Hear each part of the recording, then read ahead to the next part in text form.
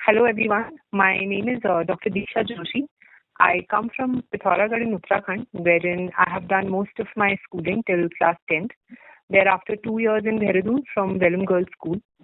Then in 2013, I joined an MBBS course in Himalayan Institute of Medical Sciences, Jollygrant, Dehradun, and I completed my 5.5 years of MBBS from there. I did my internship from Government Toon Medical College in 2018 to 2019, which was a 1 year of compulsory internship. तो ये मेरा तीसरा attempt था UPSC में, और इससे पहले 2 attempt में प्रीलिम्स नहीं क्लियर हुआ था, और ये फर्स्ट टाइम है कि प्रीलिम्स थर्ड अटेम्प्ट में प्रीलिम्स क्लियर हुआ, फिर सक्सेसिवली मेंस और फिर इंटरव्यू भी साथ में ही क्लियर हुआ. तो अगर हम ब्रॉडली देखें यूपीएससी सिविल सर्विसेज एग्जाम के लिए, तो 3 स्टेजेस में एग्जाम डिवाइडेड है. फर्स्ट स्टेज प्रीलिम्स रहता है, सेकंड मेंस एंड इंटरव्यू. हर स्टेज का अपना इंडिविजुअल एक अलग डिमांड रहता है. तो अगर हम प्रीलिम्स स्पेसिफिकली पे फोकस करें तो उसमें करंट अफेयर्स ओरिएंटेड एग्जाम है. तो उसके लिए 2 पार्ट में अपनी प्रिपरेशन को डिवाइड कर सकते हैं. First is statics and second is current affairs. तो स्टैटिक में जो भी स्टैंडर्ड सोर्सेज अवेलेबल हैं, आजकल तो काफ़ी सारे प्रीवियस टॉपर्स ने अपने स्टैंडर्ड सोर्सेज डिस्क्राइब करे हुए हैं, या फिर पोर्टल्स पे ये काफ़ी सारे ऑनलाइन मिल जाते हैं. तो उन सोर्सेज को सिलेक्ट करके एनसीईआरटीज एक स्ट्रॉन्ग बेस बनाते हैं. वो सब पढ़ के एक स्टैटिक पोर्शन जा सकता है. बाकी न्यूज़पेपर्स के लिए आप करंट अफेयर्स के लिए आप न्यूज़पेपर्स को रेफर करें, एंड जो भी मंथली मैगजीन्स मार्केट में अवेलेबल रहती हैं तो उनसे ब्रश अप करें अपने कॉन्सेप्ट. तो वो 2 पोर्शंस हैं जो हेल्प करेंगे.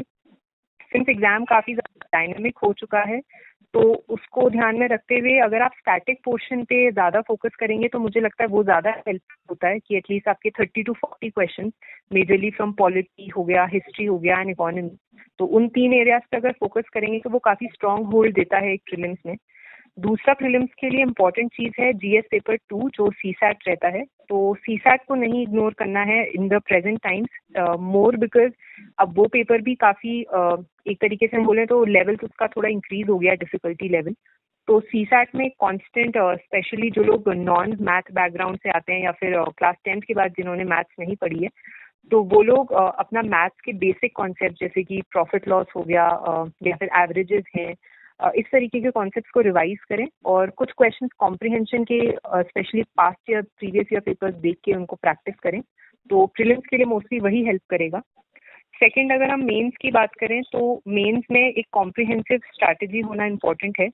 तो उसमें keeping in mind GS paper 4, तो हर पेपर का एक इंडिविजुअल डिमांड होगा. सोर्सेज मोर और लेस सेम ही रहेंगे, जो प्रीलिम्स में रेफर किया है वो मेंस में भी हेल्प करेगा.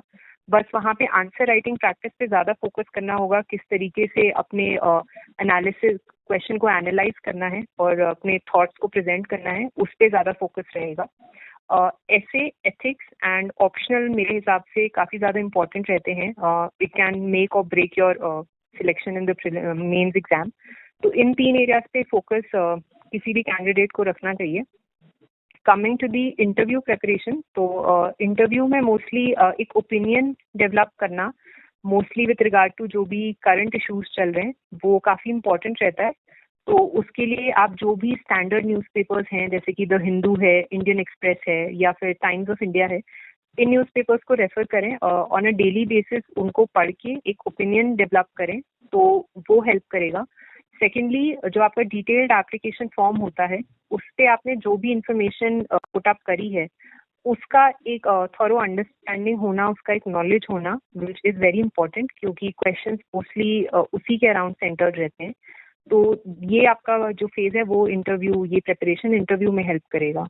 प्रीलिम्स में मोस्टली मेरे हिसाब से एक आपका प्रिपरेशन पार्ट होता है, एक मेरे हिसाब से what is also important is your mindset, specially on the day of the exam and a few days before the exam. Since अभी प्रीलिम्स आने वाला है विद इन अ वीक, तो मोस्ट इम्पॉर्टेंट है फॉर कैंडिडेट्स इज कि आप एक काम अपने माइंड को रखें, because that happened with me in the second attempt, कि अगर आप एंग्जाइटी बहुत ज़्यादा हो जाते हैं, एंग्जाइटी डेवलप हो जाती है, तो आप आराम से 3-4 क्वेश्चन गलत हो जाते हैं, जो कि काफ़ी ज़्यादा कॉस्ट कर सकता है इन टर्म्स ऑफ मार्क्स. तो जो भी कैंडिडेट अभी एग्जाम देने जा रहे हैं उनके लिए सबसे इम्पोर्टेंट रहेगा कि जो भी आपने प्रिपरेशन करी है उस पर एक बिलीफ रखें एंड सेकेंड स्टेज होगा कि जब आप एग्जाम में जाएं तो कॉन्फिडेंस रखें कि जो भी पढ़ा है वो आपने सही तैयारी करी है और उस कॉन्फिडेंस से पेपर को अटेम्प्ट करें तो वो हेल्प करेगा प्रीलिम्स को क्लियर करने में। मेरा हिसाब से ये लास्ट के जो 4-5 डेज हैं इसमें कैंडिडेट्स को मोस्टली स्टैटिक सब्जेक्ट्स जैसे कि हिस्ट्री हो गया या फिर पॉलिटी है, इन पे रिवीजन पे फोकस करना चाहिए बिकॉज काफ़ी सारी factual information in top subjects में रहती है जो कि विच इज़ मोर और लेस वॉलेटाइल। तो नॉर्मल रहता है कि हर कैंडिडेट वो सब भूल जाता है, तो लास्ट के डेज में अगर उनको रिवाइज करें तो काफ़ी हेल्पफुल रहेगा। एंड दूसरा जो मैंने पहले भी बोला कि एक काम माइंड कि उस पर फोकस रहे कि जो भी प्रिपेयर किया है वो प्रिपरेशन एक सही डायरेक्शन में की है, तो खुद पे थोड़ा faith and trust, I think वो भी काफ़ी ज़्यादा हेल्प मेजर रोल प्ले करेगा आपके सिलेक्शन में। आई थिंक फेलियर्स सिर्फ इस एग्जाम में ही नहीं, लाइफ में हमेशा एक चैलेंज की तरह आते हैं। सभी के लिए ये इश्यूज रहते हैं, किसी के लिए अभी हैं, किसी के लिए बाद में होंगे, बट इम्पॉर्टेंट यही है कि आप डीमोटिवेट ना हो फेलियर्स के बाद। खुद को पॉजिटिव लोगों से सराउंड करें ताकि एक पॉजिटिव एनर्जी खुद में ट्रांसमिट हो। एंड एक थॉट हमेशा माइंड में रखें which I have been saying that delay does not mean denial. तो अगर आपको आज नहीं मिला है तो इसका मतलब ये नहीं है कि आप सक्सेस नहीं अचीव कर सकते हैं। खुद पे एक फेथ, एक ट्रस्ट रखना इम्पोर्टेंट है और उसी के साथ मेहनत करते रहें and definitely one day anybody can achieve that goal whatever they aim eight.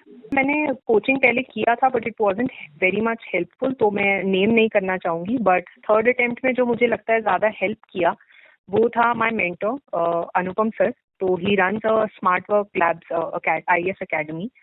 तो उनके गाइडेंस में मैं, क्योंकि कोविड का टाइम था तो इट वाज नॉट पॉसिबल कि हम दिल्ली जाके प्रिपेयर कर सकें, तो online time to time sir के साथ टच में रह के वो जिस तरीके से गाइड करते थे, पेपर्स डिस्कस करना हो या फिर नेक्स्ट किस तरीके से किसी सब्जेक्ट को अप्रोच करना चाहिए, तो उन सब पॉइंटर्स ने काफ़ी ज़्यादा हेल्प किया। इवन आंसर राइटिंग में कि किस तरीके से अपने कंटेंट को इम्प्रूव किया जा सकता है, बेटर प्रेजेंटेशन कैसे हो सकता है।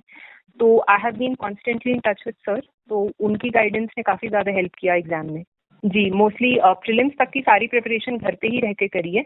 मेंस में सेंटर ही दिल्ली था तो फिर वहाँ शिफ्ट होके मेंस एंड इंटरव्यू दिल्ली से प्रिपेयर किया, बट प्रीलिम्स तक का बिकॉज मेजर प्रिपरेशन तो आप एक साल भर में करते हैं विच इज़ एग्जाम के फेज में मोर और less of revision and refinement of जो आपने पहले पढ़ा है, तो प्रेपरेशन मोस्टली घर से ही हुआ है। तो my best wishes to all the aspirants and give your best, and whatever you have studied till now, have faith and confidence in that and go with the same mindset in the exam hall, and I'm sure that if you have worked hard, definitely you will be able to clear the exam.